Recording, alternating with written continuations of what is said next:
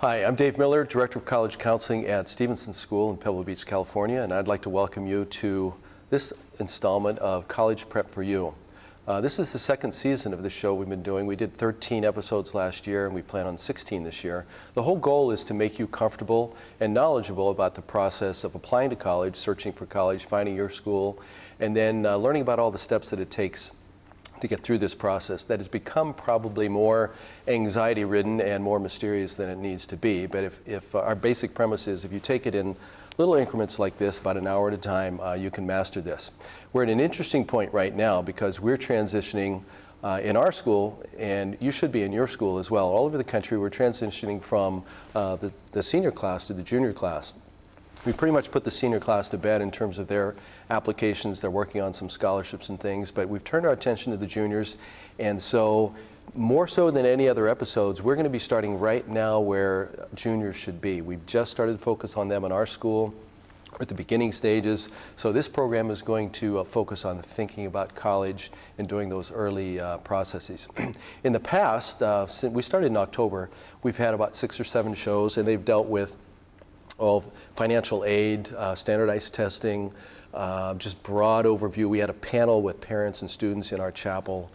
We televised that. We've talked about getting good recommendations, the role of the interview, all sorts of the nitty-gritty soup to nuts types of things in this process.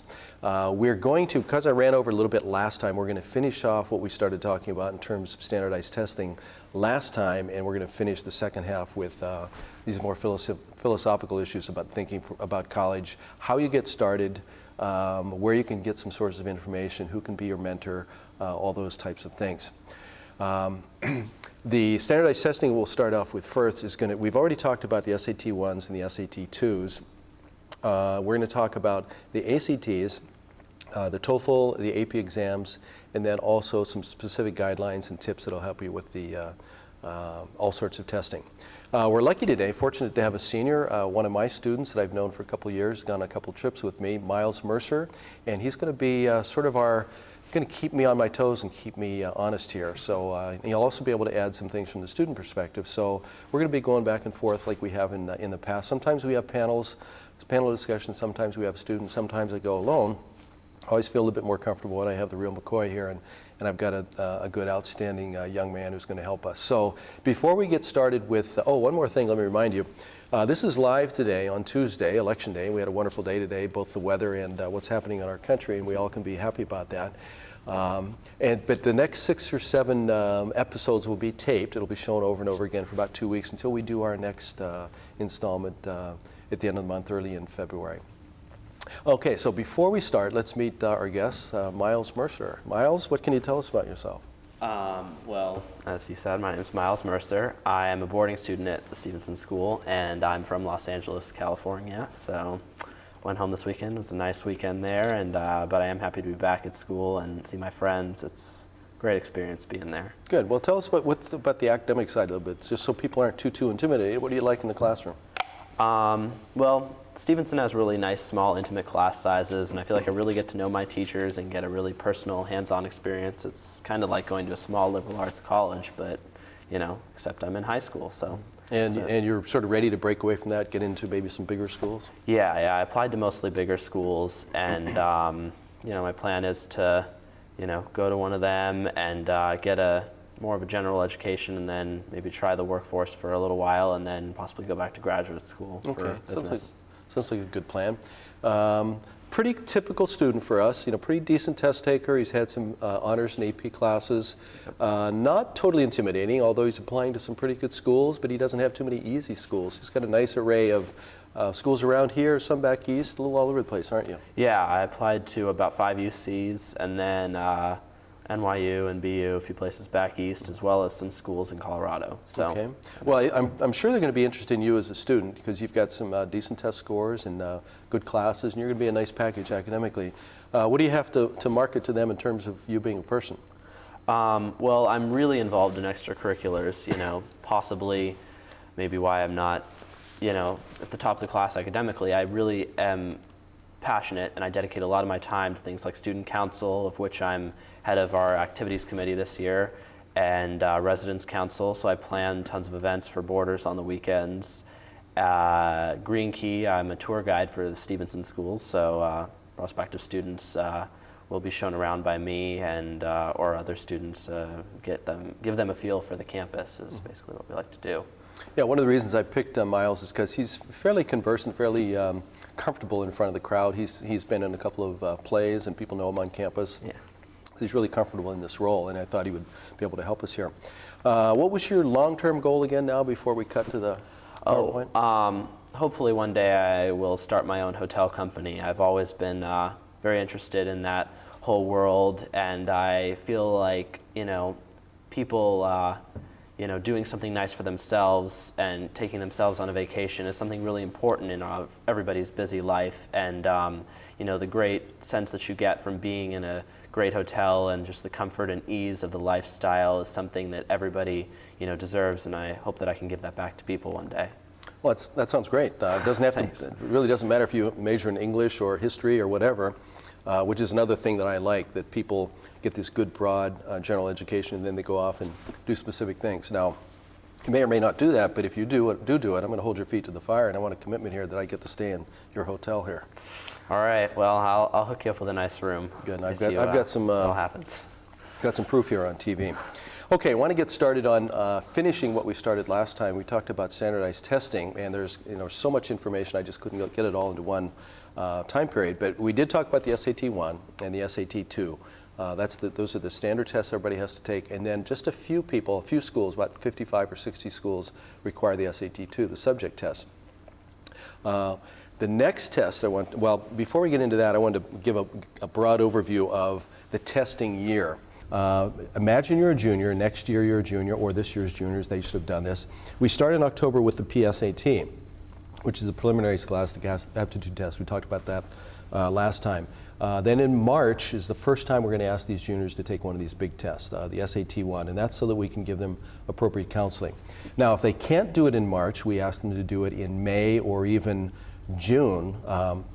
If they do it in March, then they may want to take it again in May, or they want to take the 2s in June if they need to take that test. So they've got 3 times to take it in the spring, but they really should only be taking one of those tests unless they have to. Now, did you do that last year? Yeah, I took my first time taking the SAT 1, I did in May, and then I took 2 subject tests in June, and again, as a senior, I took my SAT 1s again in both October and November. So I was able to still take it 3 times, even though I didn't jump right on the gun and take it in March. So it all worked out just fine. Of course, you had to take the 2s because you applied to the UCs and some pretty top-notch schools. Yeah, correct. Yeah. And the 2s really aren't that bad. I mean, if you're already taking an AP or an honors level course, I'd recommend taking the same AP. SAT 2 if they offer it, because you've already studied for the AP for that, and then you're already set, and you really know your stuff by then after a whole year of classes, studying for an AP. It definitely basically helps out. can kill 2 birds with 1 stone. Exactly. Okay, so senior year then, let's take a look at this scheme. Senior year, you have 3 times, and we caution everybody to take things September 1st. Then if you need to do the 2, take it in November. And then that will give you the December date to do whichever test you need to do, or you can just be finished. You don't have to take them at all. The December date's the last time that you have wiggle room for the UC system. A lot of other schools too, actually. And lots of other schools. And then January, you can take a little risk. It's the last viable test date, but I wouldn't rely on that. Okay, we want to talk about the ACT. This is the American College Testing Bureau, American College Testing, ACT. It's a little different, not too many people take it. It's a substitute, better yet, an alternative for the SAT. Some people don't like the SAT, don't do it as well. So this is a nice viable option. I personally like it a little bit better. One of the reasons is it can be used both for the SAT 1 and the 2. Now, that's a special case. If you take the ACT with the writing portion, lots of schools, big time schools like Yale, will count that just like the SAT 1s and SAT 2s, so you won't have to do all that extra testing. Yeah, I took the ACT. I liked it. Yeah. What are your thoughts about the ACT? It's very different in a way from the SAT. They have that science section where you don't really need to know a lot about science, just how to analyze graphs and stuff. if that's your strong suit, it could be very, very beneficial to take that one. Right. And no harm in taking both. You can just see which one works better for you. You know, you never know. You could be surprised and get a better score than you would think on one of them. So, absolutely. So let's go back and look at this, the ACT. It's like the SAT one. You can use it for both. I like it, and you like it because it's content-based. It's not so much strategy-based. And again, if you don't like the SAT one, that's a good route to go. And I've had any number of students who've done so much better on the ACTs. Yours were about the same, weren't they? Yeah, they were. But it was still, I was happy that they weren't worse. I was so nervous about that science section, and I know that the timing periods are very different. You have lots of small, little sections, 10 of them on the SAT, and then on the ACT, you have 5 if you take the writing, just long, 45, 60-minute sections, and but it just blows by, and there's tons of questions, and you just gotta keep going. Exactly, timing is a key thing. Another important thing about the ACT is that some schools will require it for scholarship, so it's a good thing to have it out of the way. Okay, a lot of other details you need to be aware of. It's given fewer times, 6 times a year rather than 7 of the SAT. You have to come over here to Salinas. Of course, that's better for those students who are living over here rather than Seaside, where our kids take it, or North County. And it is also changing a little bit, just like the SAT. It's constantly adapting and being updated. It has that writing component, but it's not mandatory like it is with the SAT-1. You have to take that as an extra option. And then there's a concordance table. So everybody's not familiar with the ACT, but just happen to have one here. The perfect score on the ACT is a 36, as opposed to the 2,400 with 3 scores on the SAT, or 1,600 on the 2 scores. 30 is a pretty good score. If you have a 30, you have some choices with schools. That's like a 1920 and 1930. So you were you pretty close with yours? You were like 1,900 on the SATs. What'd you do on the ACT? I was in the high 20s, I think. Yeah, 28, like 29. That's pretty close, give or take. Yeah, it was good. What was I going to say about that? The other thing that's different that I liked even is that the writing section of the ACT isn't as daunting, I feel. The way they propose the question, a little more comfortable. It's way more comfortable, whereas the SAT tries to trick you sometimes, and they give you a big passage to read. I think that's a good point. I think the SAT is based on trickery and strategy and ways to trip you up, and that's why I don't have I definitely take the ACT one because I find it a little bit easier, and you're even given 5 more minutes than you are to do that section than you compared to the SAT, so it's worth it. Okay, a couple other differences. There are 4 subtests, like Miles has talked about. It's the #1 test in the South and the Midwest, although both of these tests are honored everywhere. It's a little bit shorter, but still both of these are way too long. They're in the 3 hours or so. Yeah, it's not fun. Again, the top score of 36, I haven't known too many people getting that. I think it measures content and knowledge rather than strategy. Certainly measures reasoning ability. And that's science. My wife certainly likes that. She's a big science person. That's probably why I wouldn't have done better on that. Any last thoughts on the ACT? You vote for it, though. I don't really think so, but I would vote for it. I mean, my theory about it is, like a lot of things in life, just give it a shot. You can't rule it out. Don't knock until you tried it. It could surprise you. My way of saying is just keep throwing a lot of stuff up in the mud up against the wall, and some of it's going to stick. And exactly. And you have to find out. It's part of the lesson today. You have to know yourself, so you can market yourself. And if you know that you're better at a certain test, then you need to go with that. Okay, the next test, and this doesn't apply to too many people. It's called the TOEFL. The Test of English as a Foreign Language. And this is basically for our international students to prove that they can go to school in the English language. And of course, our students are going to a private school, very demanding private school in English, so it's almost redundant for them. In fact, a lot of those kids who score well on the SAT critical reading, I tell them not to bother with this. But if you're in doubt, you should take this test. It's a computer-based test. You can practice for it online. It's based on a score of 133 to 250 for a computer, but if you do it on paper, it's a 450 to 630. This is a test I know the least about. I've never taken it, but it's supposed to verify that you can do the work, and also it's a similar test to critical reading on the SAT, and it takes the place of the verbal test. So not too many of you need to know about this. We tell our students, do it at home, because we don't like to shuttle people up to San Jose, and that's where it's given. So it's best to do it on your time frame at home, whether that's in Europe or Singapore or Korea, wherever an international student might be calling home. A couple other things about the TOEFL. Obviously, it's for non-native English speakers. very costly, about $150. Wow. You have to go up to the Bay Area and sign in per student. They don't have big masses of people, so you have to get an appointment. And it's a minimum requirement for foreign students. If our foreign students score 450, 500 on the SATs, they're fine, no problems. And again, it's certainly optional with that strong SAT. It has obvious reading, listening, and writing sections, and then there's also a structure section. I'm not quite sure what that is. I just wanted to include it there. Okay, next thing, the AP exams. Have you taken those? Yeah, I've taken 2 already, and I think I've got about 2 more coming up this May. And why do you take them? Well, the courses are more challenging, and they're usually in subject matters that I enjoy, so thus I would like to challenge myself. And they can give you an advantage, a leg up in college, because if you have so many credits and receive the scores required by the school, then you can actually get course credits for university. Okay, you're stealing some of my thunder here. Let's take a look at these. The AP exam helps you get in. They like to see students who are challenging themselves with hard classes, AP classes, and they're supposed to be tantamount to college level classes. It can reduce your college costs. In fact, I had one student who had so many AP exams, he started out as a sophomore and graduated in 3 years.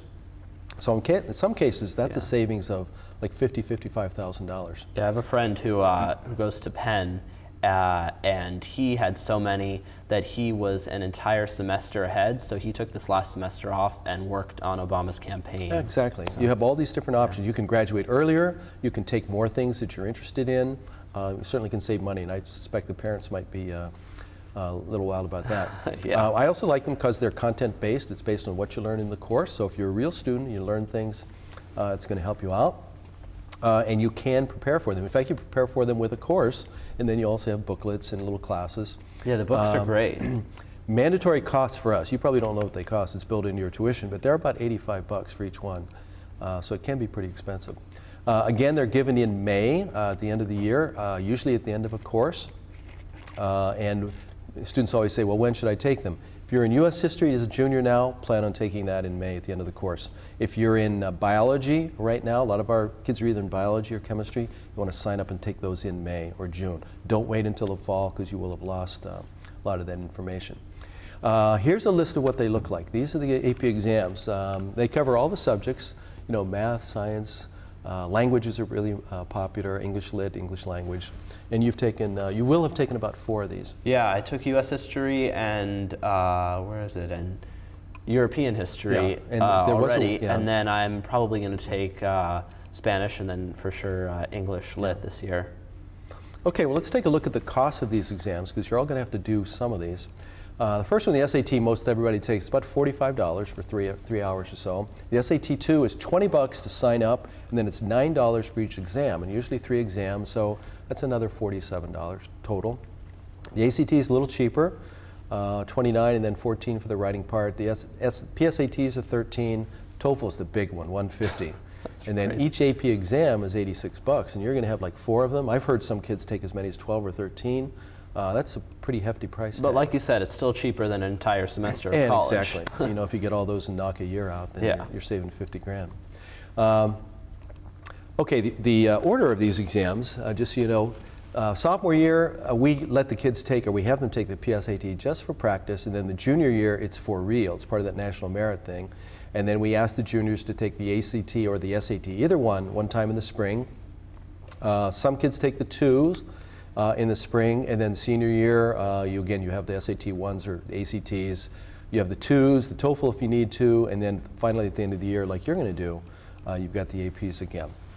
Yeah. One thing you need to be aware of, fee waivers. If your family is on a lower income, if somebody's out of work, if you qualify for free or reduced lunch at school, look into it, talk to your counselor. You may qualify for a fee waiver. And kids come into my office, I've got this little piece of paper, you go in and see your counselor, and it's going to help you. You can take the SAT 1s, the 2s, the ACTs, and then if you take all of those, and you're saving big bucks every time, if you take all of those, then your senior year, when you apply to college, if you've proven that you've taken the tests, the SATs, and any of those tests, then you can get a fee waiver for college in the application. So it's a pretty good savings. See your counselor about that. And don't be ashamed. It's pretty confidential. It's no biggie. We always have kids, and there are kids at every school that need to have a little bit of help that way. Okay, some details about testing that you need to be aware of. If you miss the date, there's late testing and there's standby testing. They cost a little bit more, and there are no guarantees. Do you need your Social Security number? It's helpful, but no, a lot of international students don't have them. I didn't use actually mine, and I'm from here, but and they track you based on your name and your birth date. So yeah, exactly. You don't have to have these, but it's helpful, and it's a good security.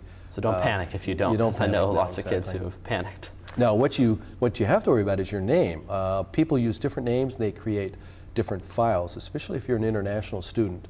So keep that very consistent on your transcript, on your testing, on your applications. Use the same name. When you initially do it, there's this big long questionnaire. Do you remember filling that out? Yeah, I remember doing it. Sort of boring, sort of a drag, and they use it to make, well, actually to help with college counseling and to send you things, to help with recruiting. So just have to do it once, put up with it. And yeah, it's great. The College Board website for the SAT, they provide tons of stuff with respect to college information. And for students who might not have such a powerhouse college counseling center at their school, it can really help that they're getting this extra info. So it's worth it to just spend a little bit of time. It's like Absolutely. 20 minutes and Not a big do deal. the survey well. Okay, when do I send my scores? Well, as soon as you take them, they're going to send them off. If you have signed up for, you get 4 colleges or 6 to send them to right off the bat.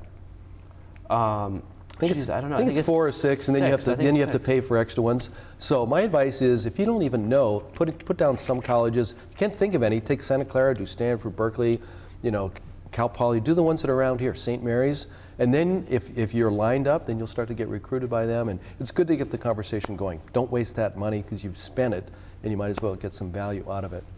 Where do I send them? That's up to you. I just think it's foolish not to send scores. Okay, some test-taking tips, and you can jump in here and give some that I may have forgotten here because I haven't been taking tests for a long time.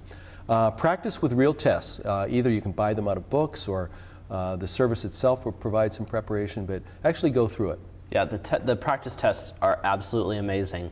I actually got at Costco this virtual handheld thing that was both a preparation for the SAT and the PSAT, that PSAT and the ACT all in one. It was done by Princeton Review, and it calculates your score for you, so you don't have to punch all the numbers and multiply by the percentages, and you can take a full test on there, has a timer for you, it beeps at you when it's done. Wonderful. It's amazing. So you get this sense of confidence, you know the rules, you don't waste all your time, and then you have to take care of yourself. The week leading into the test, you want to eat, sleep, make up with your parents, make up with your girlfriend or boyfriend, get yourself centered and focused, get everything clean off that slate, and try to do some good things to get prepared. Clarify all these personal problems.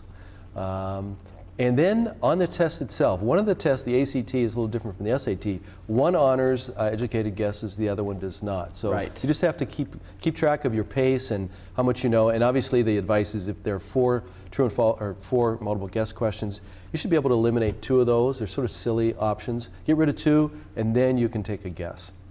Did you do that? Yeah, I used whatever the test tips were for each one. I believe with the ACT, there's no penalty for leaving it blank. Yeah. So yeah. Yeah, but you just have to gather lots of. No, that's the SAT. There's no penalty on the ACT for getting it wrong, but if you leave it blank, they do mark it wrong. So you definitely don't want to do that. Okay, and just like when you're playing Jeopardy, it's probably a good idea to trust your first instinct, trust your gut.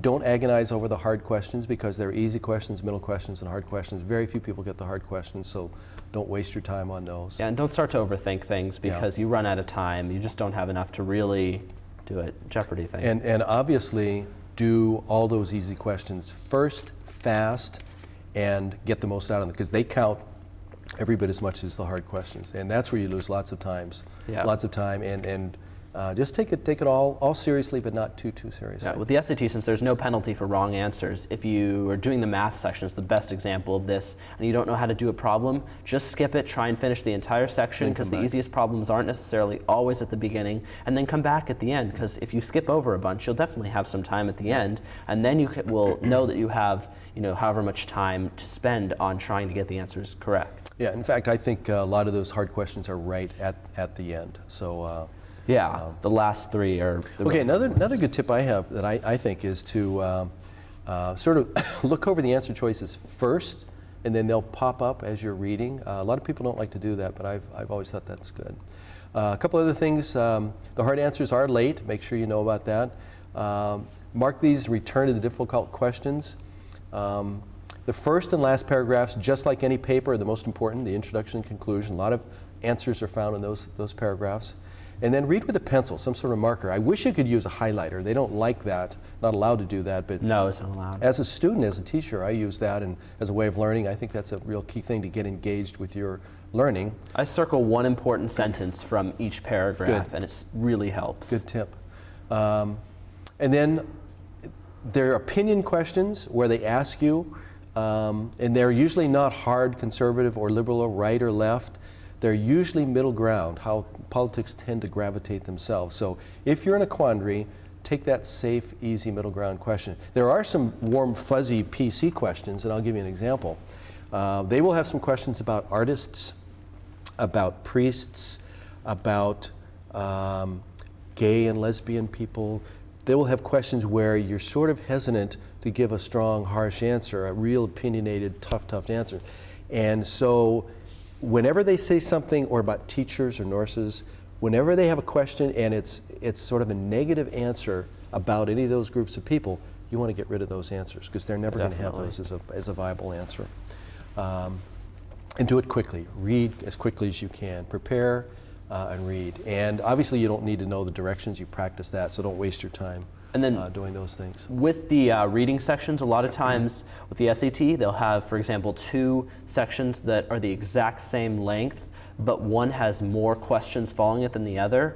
Really spend your time a little bit more maybe on that one, because there's more questions that matter to it. And then the other one, you don't need to do as thorough a reading because there's less questions. So take a look at that when you're considering. Good thoughts. I knew I brought you for the right reasons.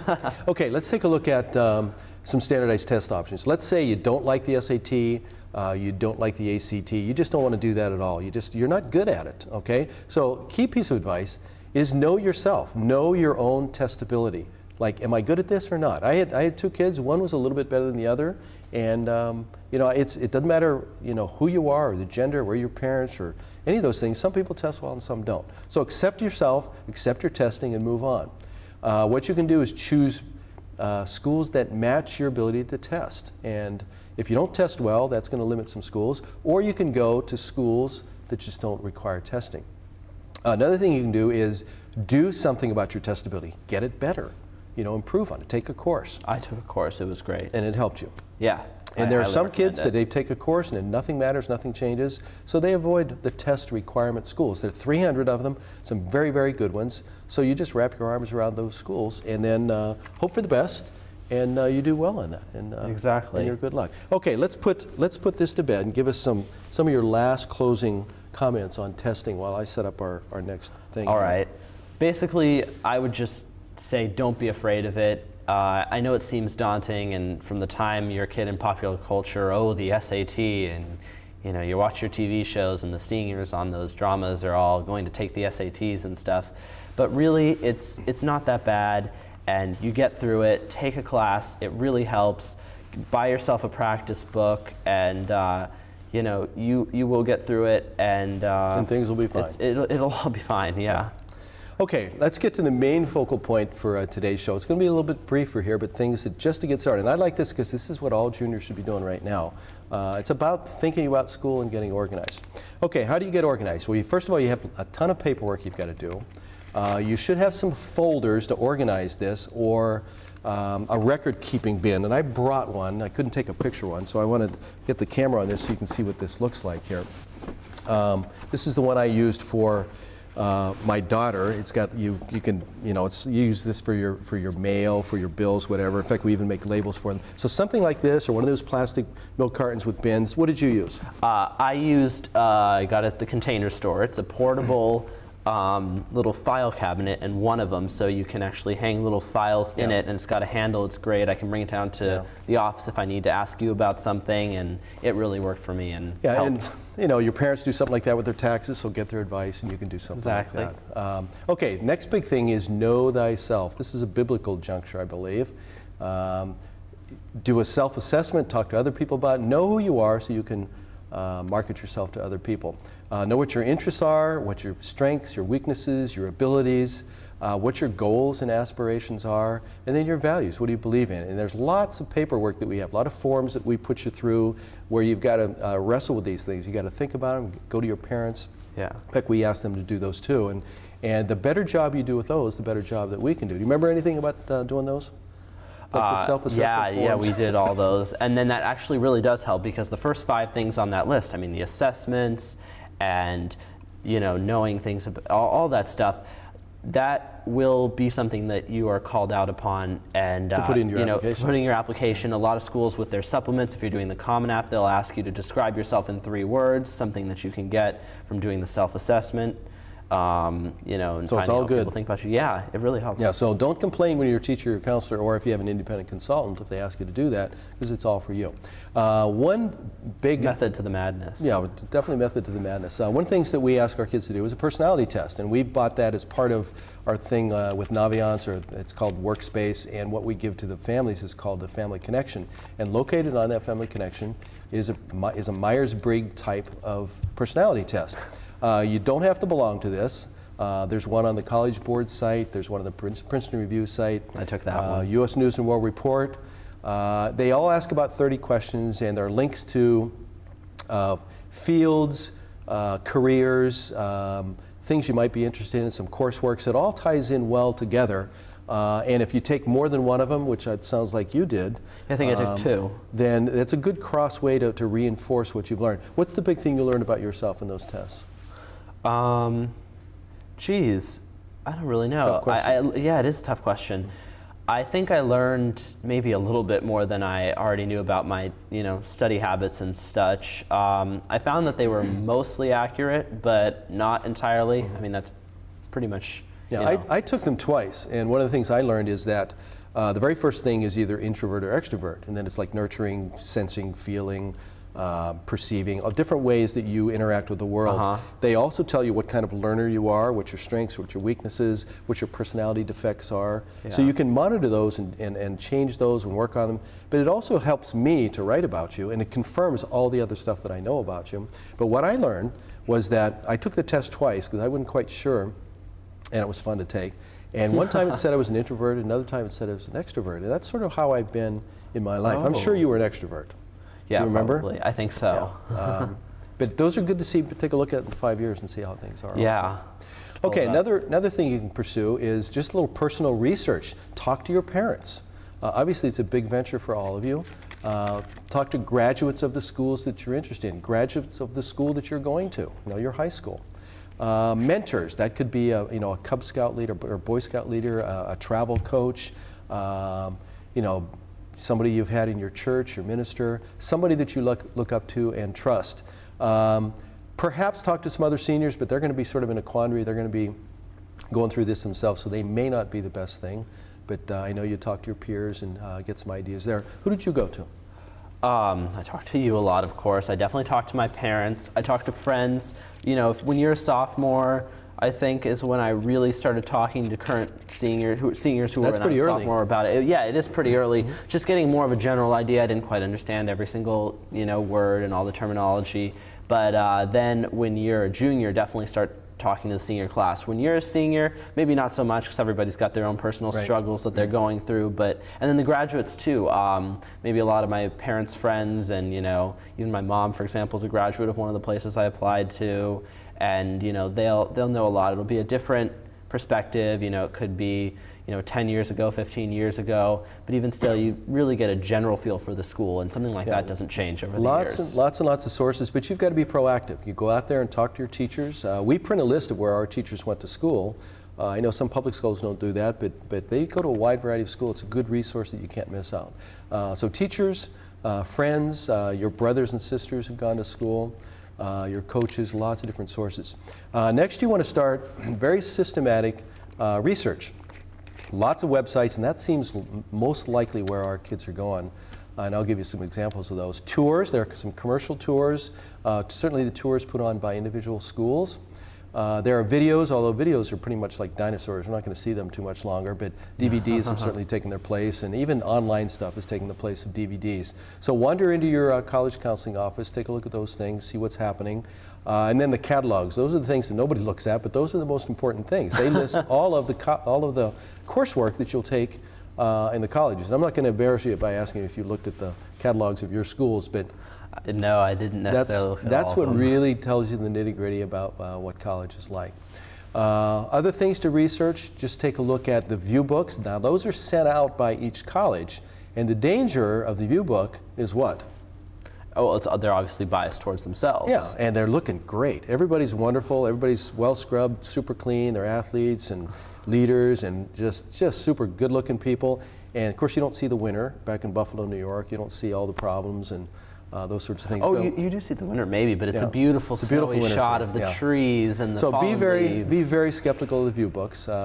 Commercial books, those are ones you can wander into Amazon and buy any of those books, and I'll give you some examples of those. These online search programs, and I'll give you some examples of those.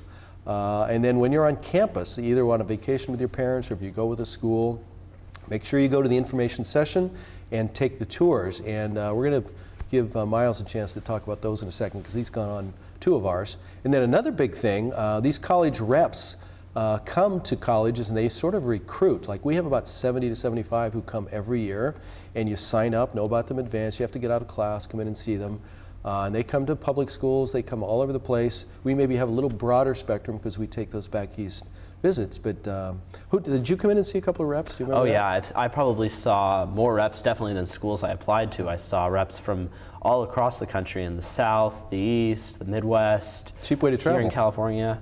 What? It's a cheap way to travel. Exactly, totally. And then these people are living usually in the area of this school, and they're always on campus except for when they're traveling. And so when they do come out to see you, they know what it's like back at school, and they can give you a really good perspective on it. And again, just like the college tours that we take, to Southern California, back east, or on your vacation, the idea is not to fall in love with that school, to find this magical school for you. The idea is to see types of schools. Right. An art school, a jock school, an engineering school, a big school, little school, city school, outside of school. And you've applied to several of those types by learning about those types on your trips. Yeah. Okay, let's look at internet search programs. First of all, on the internet, you can go to any college, you just Google the name, and you'll get right to their homepage, and you can learn quite a bit that way. We have this thing called the Family Connection with Naviance and Workspace. Many high schools do. That's a great service. Go into your college center or your guidance counselor, and your teachers and counselors can help you with that. The U.S. News and World Report site is fairly good. Thompson and Peterson is another publishing group. They have pretty good sites. The Princeton Review is a logical one. CollegeNet's pretty good.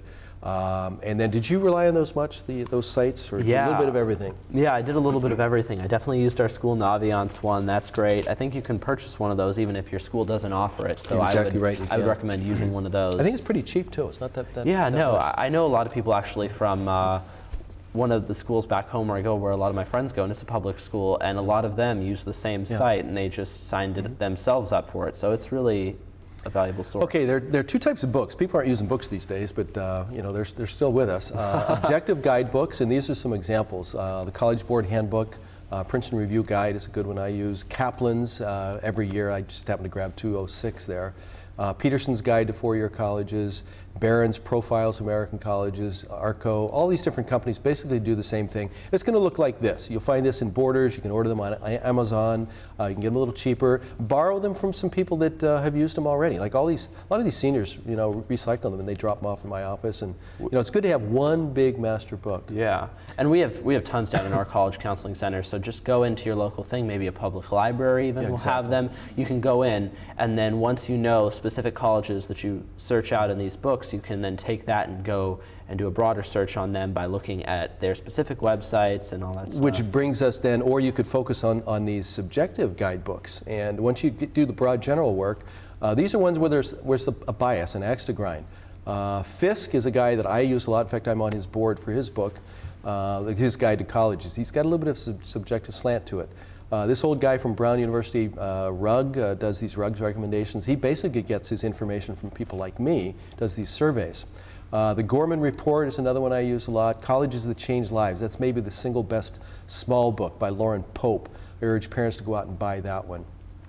Barron's Top 50, I now think they've expanded that to the top 75. Princeton Review's Best 357 colleges. That's a little easier, a little less selective schools, but still sort of the cream of the cross. I like it too. I think it's even been up now. I mean, every year they've got to add so many more. I think when I went to look for 380 or so. It's like 361. Yeah. But I really like that. I've seen photocopies out of it that we've used for various purposes for at our trips, school. exactly. And I've gone in and looked at the whole book myself, and it gives you a great, just simple 2-page profile on each school. They're pretty good. And just the facts that you really want to know. As well as they go to these campuses and they get a rating of something specific from students, like happiness and literally all that directly from these schools. So yeah, and again, you don't want to trust these overly too much. Exactly. But it's all grist for the mill. Yeah. Okay.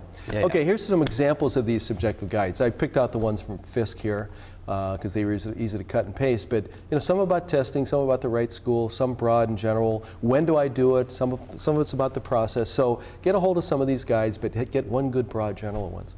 Okay, here's a couple more subjective ones. The Multicultural Student's Guide.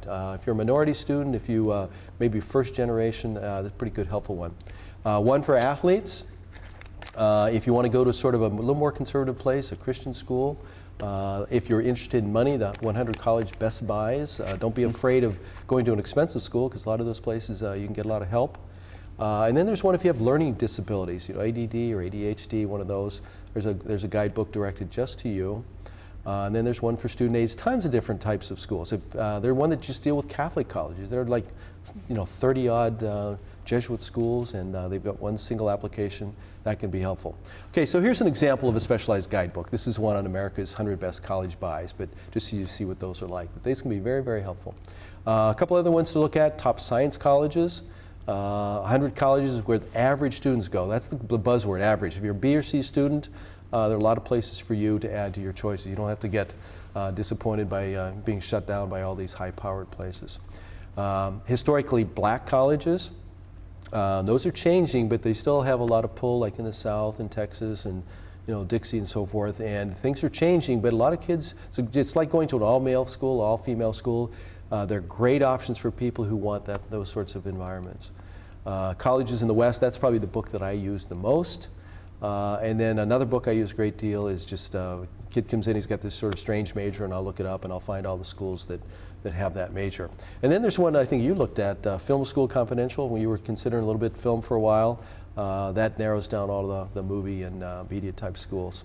Yeah, there's tons of really, I'm not going to go into that anymore, but I do know about a few of those schools, and there are tons of options if you want to go into film, and it doesn't have to be some top-notch place like UCLA or USC or Tisch School over at NYU, where, those might be 3 of the best in the country, but they're highly selective, so don't let your hopes, get shoved down by not being accepted to one of those. I mean, Steven Spielberg went to Long Beach State. Yeah, CSU. Long Beach State. He didn't get into USC. Didn't get into SC. Now they've made him an honorary, graduate or and whatever. And he built a building at USC now. Right, so. But you don't have to necessarily be successful by going to one of these top schools. Okay, you're going to find out some more information on internet sites, and I've listed a bunch here. Just take a casual look at those. And you can just put the word down, Google anything. You can go to individual college sites, and this is what it's going to look like. This is the one for USF. They always end in .edu, and just Google them, you'll be able to find information that you want. Okay, here's a couple more commercial sites, College Edge, College Express, CollegeNet, College View. Liberal Arts College, I like that. It's got all the little small schools that I like. And this is what they're going to look like, their logos. So you can't go wrong on any of these. And the more you do cross-referencing, I think the better it's going to work out for you. The computerized searches, we have one on Naviance, but I think, and I don't like it that much. The one I really like is Princeton Review. It's got this cheesy thing called Counselor-O-Matic. And you spend about a half hour with it and answer all the right questions with the right data, and it'll give you a nice list of schools. But you could try any of these. They're all pretty good. The U.S. News one, they also publish one, it's like a magazine annually. And that's about the one colleges, everybody buys, exactly. and everybody buys that. It's cheap. It's a great option. It's like, you know, I think $8. Don't quote me on that, but it's something like that. And it's accessible for a lot of people. You can do a broad search in there, and then take what you find there and look at internet websites, or go and get a specific book. Yeah. And then that's a great intro instead of going out and buying one of these, $20 books. The thing I don't from like Princeton about Review. that book, though, is that people tend to think it's the Bible, and that's how they shop for schools. And you shouldn't shop for schools that way. Take it for what it is. One of the sources. Look at other sources, learn some other things. Yeah. Okay, moving on. We supply our students with a flow chart. We have a junior year flow chart and a senior year flow chart. And if you don't have one at your school, go to the College Board. You can Google those things, and every commercial outfit puts those on. This is what ours look like. I've just cut and pasted 2 months here. September and October. It's got all the details, generic things that kids need to know in terms of testing, workshops, where should they be right now in the process. And I'm sorry It's that for seniors, right? This is, well, I do one for the seniors. This happens to be the senior one. Yeah, complete summer update, yep. And then we give out all these forms. I don't know how many of those you used, but it's a good way for people that need to have a good, tight organization. This happens to be a form you can put in each of the schools that you have, and it makes sure, each application, it makes sure that you did all the stuff you're supposed to do. You dot the I's, cross the T's, you send in each rec, you send it, you send the scores. It just is a double check to make sure that you are taking care of business. Okay, this is just a broad general way to get ready for college. Now, as you're getting ready for college, I want you to think about, and you can comment on some of these too, how they worked out for you. Some misconceptions. These are maybe the top 10 things that can mislead you. To think that there's a perfect college for you is a huge mistake, because your first perfect college has changed. Oh yeah, I mean, now the 3 colleges that I saw and liked the most are my top 3. And I don't know if I necessarily like one over the other. I feel like they are my top 3. Maybe they change from day to day depending on my mood. And that's exactly how you should be. You should be in love with 5 or 6 places. Yeah. And it's tough though, isn't it? Oh yeah, I mean, I can add, there's definitely 5 I can think of if I add 2 more on that I also really like. You're going to get in one of those. Exactly. I feel like your options, I mean, the chances that you will get into 1 out of 3 or 1 out of 5 is so much better than you will get into 1 out of 1. It's sort of like having 5 girlfriends, isn't it? Kind of. This isn't big love, though. Yeah, exactly. And next thing is, I must decide a career before I choose a college. Boy, if there's anything I preach against, it's this. Because most kids change college major, some kids change colleges, but you're going to prepare for several jobs, you're going to move several times, and unfortunately, you're probably going to have maybe more than one partner. So you need to prepare for good, broad, general things. Don't get married to and certainly don't pick a college just based on your career. Another thing, people think, well, I can only go to an inexpensive place. That's really so untrue. incorrect. In fact, it's even sometimes easier to go to the more expensive places because they've got such good endowments. And so don't be scared off. Tons of grants and loans. Exactly. I mean, a lot of the Ivy Leagues have this new amazing It's cheaper to go there. Starting. Yeah, and they're starting this new program where if you're, eventually in a few years here, where if you're making under a certain amount of money. Well, right now, they will give money to families that are making about $180,000.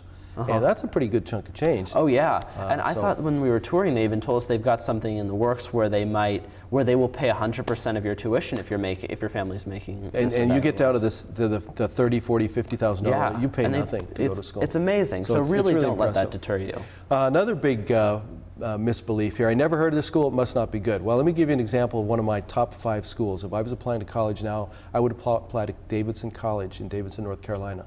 And a lot of people haven't heard of that. I'm sure a lot of people haven't heard of Elon. It's a wonderful, wonderful school. So just keep an open mind. Just because you haven't heard of it doesn't mean that it's not a great place. Okay, the SATs don't count anymore. Well, they don't count if they don't require them, but if they require them, trust me, they count. And the more selective schools, like you're applying to Penn, actually not anymore. Well, you were thinking about Penn. I was going to apply to Penn. Okay, Penn, those type of schools really, really care about the SATs. In fact, that's why they want the SAT 2s. Have you applied to any schools that don't want them? Nope. Okay, most of yours you're worried a little bit. That's why you've got to get this match going. And I think most of your schools, you have a pretty good match for both your grades and your SATs. Yeah, and it's like the other thing about that was saying that my SATs don't count, or they're the next one, I'm seeing my SATs will get me in. That's not necessarily true, because colleges use that as a way, as well as your GPA and your grades, to kind of pick you out of the piles there, but also they sift through it. But they do want you to talk about your extracurriculars and stuff, and your sports commitments. So it's the whole package. Everything. It's the whole package, and those are also those could be some of your greatest attributes, and they do look at that. So the SATs don't count. Well, that's untrue, and the opposite is also true. My SATs are going to get me in. There are tons of people who didn't get into Harvard who thought that their perfect 36 or their perfect 1600 or the perfect 2400. It just doesn't happen, because Harvard would be filled, and MIT and all these fancy places would be filled with valedictorians and perfect scores. And how boring would that be? You want a school where there's a wide variety of people. You want knuckleheads like me. And so you need to have that whole thing. So don't rely on those SATs to be more than they are. Okay, your peers are your best advisors. Sometimes they can be your worst advisors. I almost went to college. In fact, had my best friend gotten into this one college, I'd have probably gone with him. Luckily, he didn't go, and I went to the right place for me instead of making that sort of mistake. A lot of people think, based on the UC system, that the senior year doesn't matter. Well, it matters a little less with the Cal States and the UCs, because you basically make your bed your junior year, and then you have to keep from screwing up. But for everybody else, all these private schools, they look at your senior year, they look at how tough your courses are, they look at the APs. You should be cresting. You should be getting your best scores, your best leadership, your best achievement. So believe me, that senior year really counts a great deal. Now, this other one about valedictorians, they get in any place they want. A lot of times there will be an incentive, they'll get a little extra money. A lot of people like to have valedictorians, but there's no guarantee. There are a lot of valedictorians that can't score very well on tests. All they do is study. They're not leaders, they're not athletes, so they look at the whole package. So you just can't rely on being that valedictorian. Another misconception, nobody's going to read this, so I'm not going to do that good a job. No. Well, that's terrible. Very few schools don't follow through on what they want, and the smaller the school, the better job they do with it, and the more that essay, for example, especially with the UCs, in some of these really selective schools, and for scholarships, the essays really, really count. And you probably wrote 2 or 3 essays, and I hope you put some good time in them, because it could be the make or break thing. No, I definitely did. The essays, especially if you're into writing like I am. I'm taking AP English this year. I love to write. It's a great opportunity for you to make a comeback if you're not at the top of the pack, with your other scores and this and that. It's great because the essay is a great place you can show your talent. That's a good way to pull that. You can pull yourself up, you can make a comeback, you can salvage yourself with the essay, with the interview, maybe with a great score or an SAT2 score, or you get a lead in the drama, or you're named all late in the year. You want to keep on sending those things in. That's some of the things that the seniors are doing right now. So, but the juniors, you're planning this out, you're thinking this, we're trying to dispel these misconceptions. So the interview, a lot of people think the interview can make you or break you. Most of the time, and I had a whole session on the interview, it's pretty innocuous. It doesn't hurt that much, doesn't help that much. Connections are going to get me in. I have an uncle who worked for this guy, who was on the board, who knew this guy, who looked like that guy. Well, none of those things really, really matter. Every long once in a while, you can pull a string, and it can help you. But connections can get you a closer read, but it does not mean that you're going to get in. Exactly. The way maybe you get in with one of those non-worthy things is if you have a parent that's going to write one of these big checks, and most people don't have those sorts of checks. And it shouldn't work that way anyway. A couple other misconceptions here. The process is apolitical. That's untrue. It is political in that they choose people based on a certain agenda that they want. They need to have a certain community, and they're going to pick people that represent that community. And then it pays to get into the toughest college you can. I would be wary of this. A lot of people say, oh, geez, if I could just get into Harvard, if I could just get into Stanford, if I could just do this, my life will be wonderful.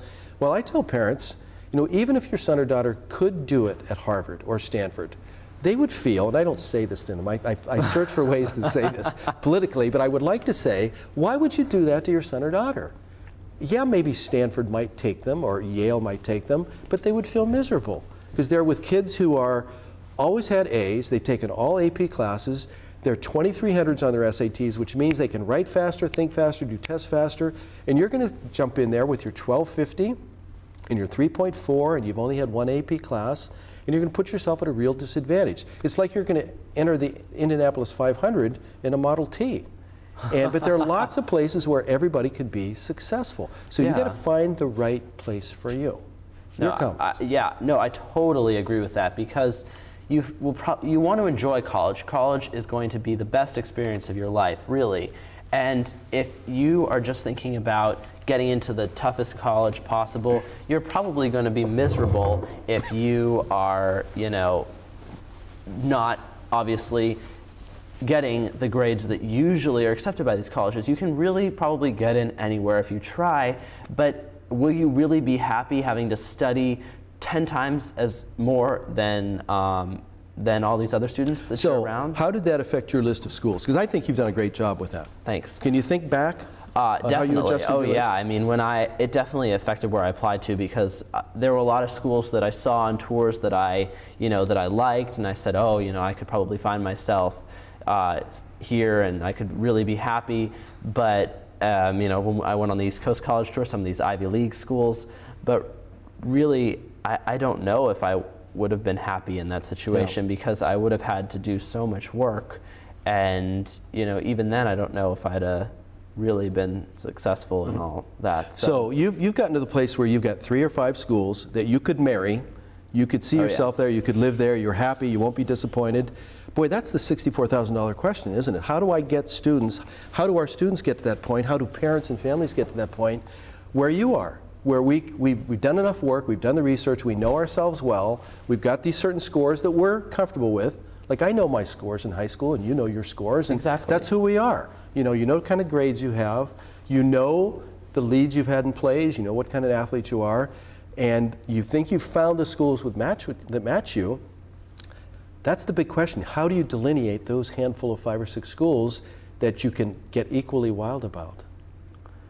It's a toughie. Yeah, it is a toughie. For me, I know it might sound a little bit cheesy, but I actually maybe felt somewhat of a connection to some of these schools. I felt when I was there touring, which I feel like is one of the most important things at colleges, is to go on the tour, to be there, to be in the environment, go while school's in session if you can, to feel what the campus is like on a typical day, and get a sense for the people, and see if you could see yourself there. If you can walk around and say, I can see myself there, that's it. Good, I think that's good advice. And that sort of brings us to a nice closing point for this show. We've talked about the SATs, we've talked about thinking about college. So we've moved from the seniors, we're right on the juniors right now. We thank you for being here, both parents and students who are watching this. If you missed some things, we went too fast, take a look at one of the reruns in the next couple of weeks. And we'd invite you to join us for the next installment. We have another little increment, 1-hour increment on this process early in February. So thanks to the parents, thank you to the students, and obviously thanks Miles for helping me out here. Really love to have the student input here. And I want to close with my mantra that I always do. Remember that it's never too early to start thinking and looking around about this college process, and it's never, never too late to get started. This is Dave Miller for College Prep for You, wishing you good luck on your way to finding the right place for you. Have a good day.